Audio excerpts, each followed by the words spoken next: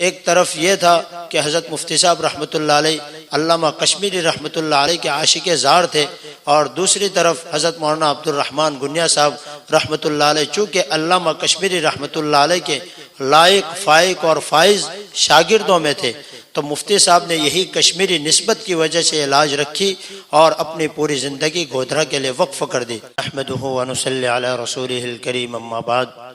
محترم سامعین اور ناظرین، ابھی چند دن پہلے ہم نے گودھرا کے شیخ الحدیث حضرت مولانا مفتی ابراہیم آچودی رحمۃ اللہ علیہ کو دار مفارقت دے دی اور دنیا سے پردہ کر کے وہ چلے گئے۔ ان کے متعلق ان کی گودھرا تشریف آوری کیسے ہوئی، اس کے بارے میں گزشتہ ویڈیو کے اندر آپ کو بتایا گیا تھا،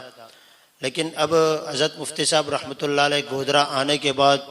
کس طرح اپنی پوری زندگی گودھرا کے لیے وقف کر دی، اس کے پیچھے جو وجہ تھی وہ وجہ بیان کرنا مقصود ہے۔ چنانچہ گزشتہ ویڈیو کے اندر یہ بتایا گیا تھا کہ حضرت مفتی صاحب سن 1983 کے اندر اجتماع کے اندر تشریف لائے تھے۔ اس کے اندر حضرت والد صاحب حضرت مولانا یوسف بڑھا قاسمی دامت برکاتہم، حضرت مولانا اسحاق اور حضرت مولانا عبد الرحمن گنیا رحمۃ اللہ علیہ، ان تینوں کے درمیان حضرت مفتی صاحب رحمۃ اللہ علیہ نے گودھرا آنے کا وعدہ کیا تھا۔ چنانچہ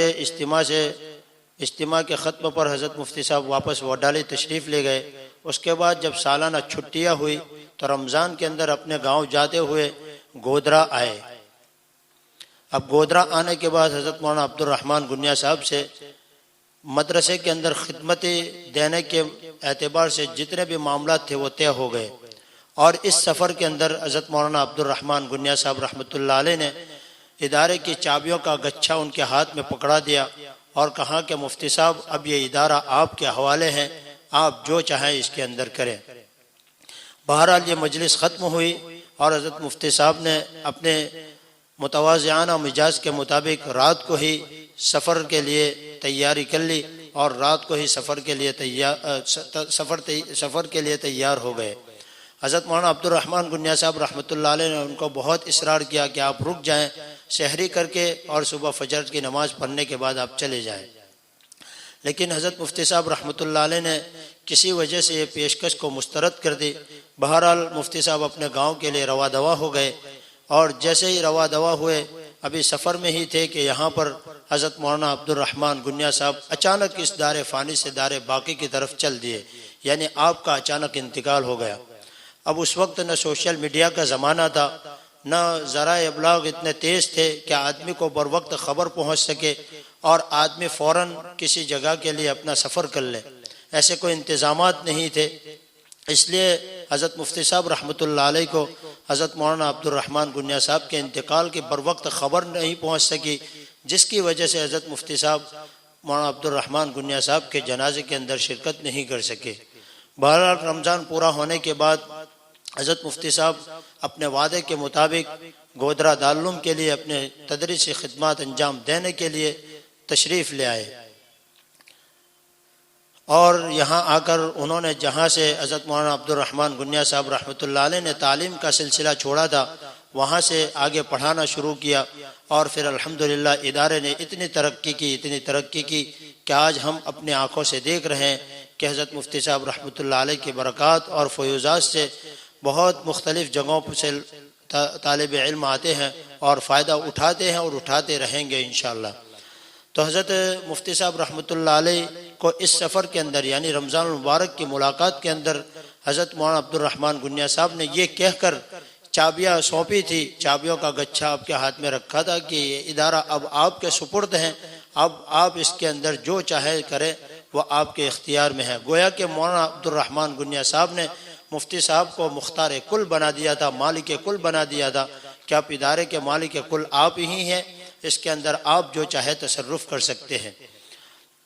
بس یہی بات تھی کہ مفتی صاحب رحمۃ اللہ علیہ نے اپنی زندگی کی آخری سانس تک اپنے آپ کو گودھرا کے لیے وقف کر دیا۔ یہ ہمارے لیے بہت بڑی فخر کی بات ہے۔ بس اللہ تعالی ہم نے مفتی صاحب کی جو ناقدری کی ہے اس کو معاف فرمائے اور کروٹ کروٹ ان کو چین نصیب فرمائے، ورنہ بعد میں بہت ہی حالات ناسازگار بھی پیش آئے، بہت سی مرتبہ حالات اتنے ناسازگار بھی پیش آئے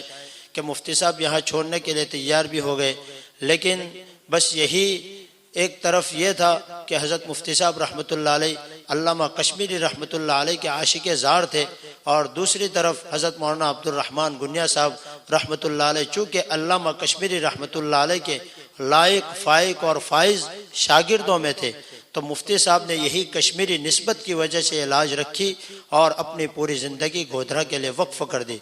ورنہ بعد میں کئی مرتبہ ایسا ہوا، بلکہ خود ہمارے استاد مرحوم حضرت مولانا انجد شاہ کشمیری رحمۃ اللہ علیہ جو کہ حضرت مفتی صاحب کے بھی استاد ہیں، انہوں نے خود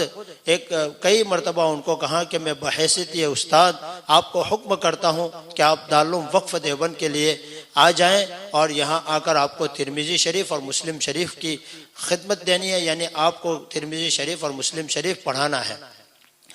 لیکن حضرت مفتی صاحب رحمۃ اللہ علیہ نے یہ مولانا گنیا صاحب والی بات کہہ کر معذرت کر دی۔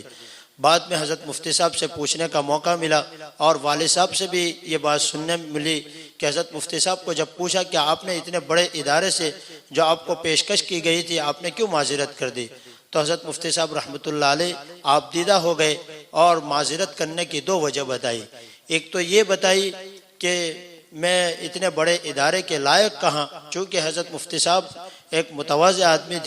تھے اور تواضع ان کے انتہا تک پہنچی ہوئی تھی، تو حضرت مفتی صاحب نے ایک وجہ یہ بتائی کہ میں اس ادارے کے لائق کہاں کہ اتنا بڑا ادارہ اور وہاں جا کر میں اتنی بڑی بڑی کتابیں پڑھاؤں۔ اور دوسری وجہ مولانا گنیا صاحب والی بتائی کہ مولانا گنیا صاحب مجھے یہ کہہ کر گئے ہیں کہ یہ ادارہ آپ کے سپرد کرتا ہوں، تو جب مولانا نے یہ ادارہ میرے سپرد کیا ہے تو میں یہ ادارہ کیسے چھوڑ کر جا سکتا ہوں۔ تو حضرت مفتی صاحب نے اسی بات کی لاج رکھی اور اپنی زندگی کے آخری سانس تک گودھرا کے اندر رہے اور خدمت انجام دی۔ ورنہ بعد میں حضرت مولانا انجد شاہ کشمیری رحمۃ اللہ علیہ، مفتی سعید صاحب پالنپوری رحمۃ اللہ علیہ اور حضرت مولانا عبداللہ کاپودرہ رحمۃ اللہ علیہ جیسے جبال العلم اور قداور شخصیتوں نے بھی حضرت مفتی صاحب کو کئی جگہوں پر بڑے بڑے اداروں کے اندر خدمت دینے کے لیے